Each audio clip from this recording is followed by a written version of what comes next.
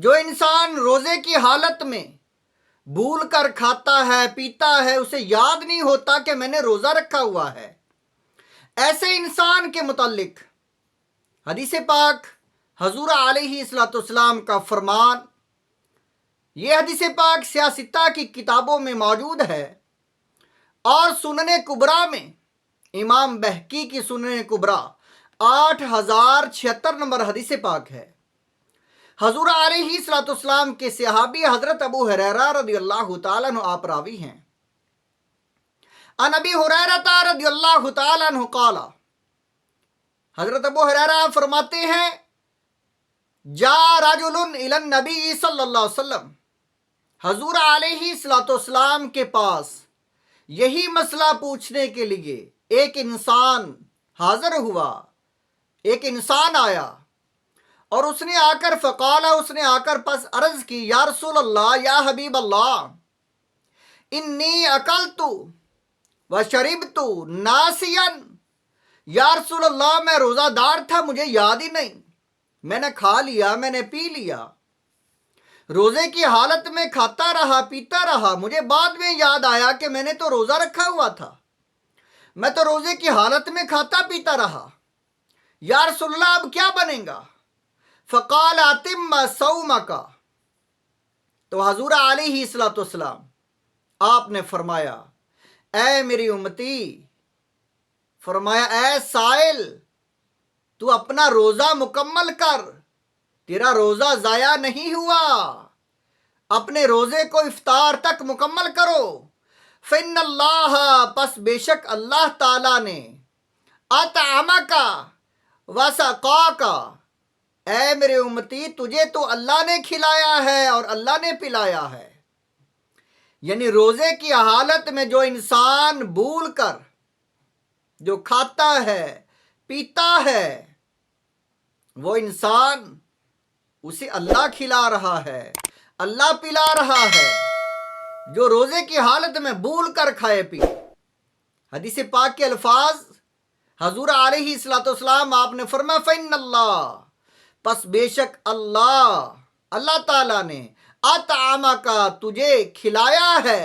وسقاک، اور تجھے پلایا ہے، تجھے اللہ نے پلایا ہے، اللہ نے کھلایا ہے،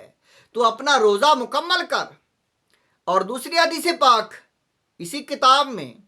سنن کبریٰ امام بہقی کی جو ہے 8075 نمبر حدیث پاک ہے، اور باقی سیاستہ کی کتابوں میں عام موجود ہے۔ حضور علیہ الصلوۃ والسلام آپ نے فرمایا، اذا صام، جب انسان روزے کی حالت میں ہو، فرمایا اذا صام، فرمایا جب تم میں سے کوئی روزہ رکھے، احدکم، کوئی بھی تم میں سے، یومن، کسی دن کا، چاہے وہ نفلی روزہ ہو، چاہے وہ رمضان المبارک کا فرض روزہ ہو، فرمایا کوئی انسان روزہ کی حالت میں ہو، وناسیہ، اور وہ انسان بھول گیا، فاکل، پس اس نے کھایا، وشربا، اس نے پیا، فلیتم صومہ، تو وہ اپنا روزہ مکمل کرے افطار تک، وہ فوراً توڑ نہ دے، وہ یہ نہ سمجھے کہ روزہ ضائع ہو گیا، جب وہ یاد آئے تو بعد میں جب کھائے گا تو پھر روزہ ضائع ہو جائے گا، جب یاد آ جائے گا تو فوراً جو لقمہ ہے وہ نکال دے، جو وہ پی رہا ہے وہ فوراً نکال دے، جو کھا چکا، جو پی چکا، وہ اسے معاف ہے،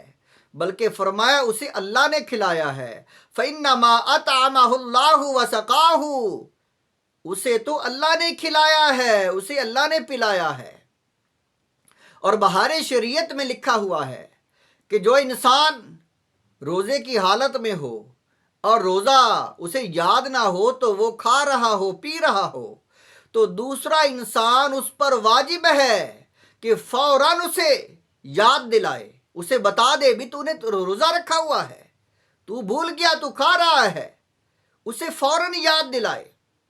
اور بہار شریعت میں یہ بھی لکھا ہوا ہے کہ اگر انسان روزے کی حالت میں ہے اور وہ کمزور ہے، یعنی وہ